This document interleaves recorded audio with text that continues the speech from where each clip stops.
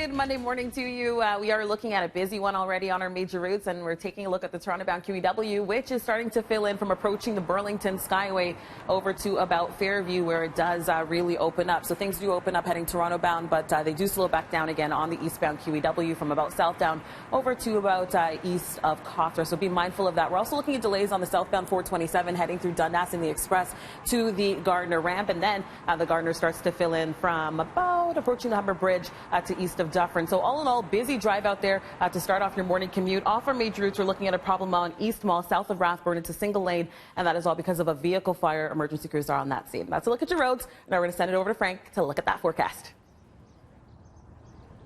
Yeah, good morning. We're on the island this morning. Water levels on Lake Ontario are quite high. You can see some of the sandbagging that's already happened here on the island in preparation in case they do have any flooding. For today, we're going to continue to dry things up, at least during the morning hours. Into the afternoon, though, it looks like the risk of some showers will return. That'll be later this afternoon. Let's take a look at your current conditions this morning, as we have a beautiful one. Right now, we have temperatures up at Pearson around 9 degrees. With that, the wind's nice and light this morning.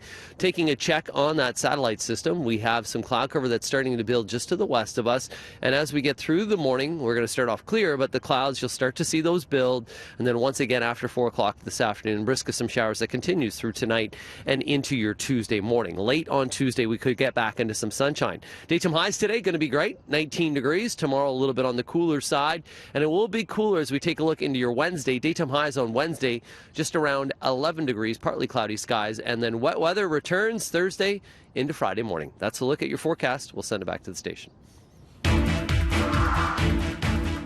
A grand opening at 9 o'clock this morning at Tokyo Smoke, where you can buy legal marijuana. Our Tammie Sutherland live inside this shop now on Yonge, just north of Dundas, with a sneak peek of what customers can expect. Tammie, you've been touring around the other 3 locations here in Toronto. How does this one compare?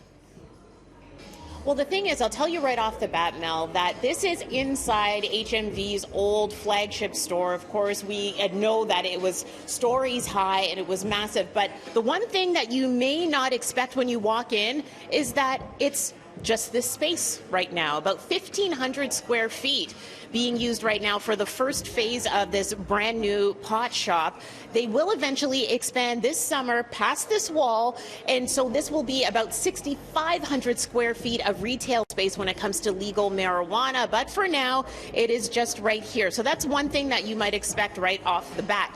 And come around, you can take a look as well that up here they have all of the categories of cannabis, something that ignites energy. If you need something that sparks creativity, restores balance, provides comfort, promotes relaxation, Tokyo Smoke says that they will have employees who will be around. They call them educators, being able to give customers that one-on-one experience and show them what exactly they may need or want when it comes to cannabis. Again, that grand opening, 9 o'clock this morning. Coming up in about half an hour's time, we'll be speaking with the VP of Marketing for Tokyo Smoke to give us an inside look on how they plan to actually unfold this opening.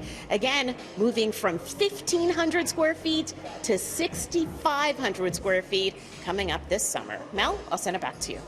All right, Tammie, thank you so much for the update. We'll check in with you in half an hour's time. Let's get to Russia now. A fiery crash landing of a plane killing at least 41 people, and now we're getting a first look at the wreckage. Have a look at this, completely charred out. The Aeroflot jet was flying from Moscow to a city in the Arctic Circle. 37 people survived, several of them injured. As the plane's rear section burned, you can actually see some passengers escaping using emergency slides from the front end. Investigators are trying to determine an official cause here, but early reports say a lightning strike caused a loss of communication, forcing this plane to turn back to the airport. Schools in Sri Lanka began to open today, 2 weeks after the bombings at 3 churches on Easter Sunday that left more than 250 people dead. But attendance was very low here. At one elite private school, just 5% of the 6,000 students showed up. Parents fearful despite heavy security. Sri Lanka's security forces remain on high alert amid intelligence reports that militants were likely to strike as Ramadan begins today.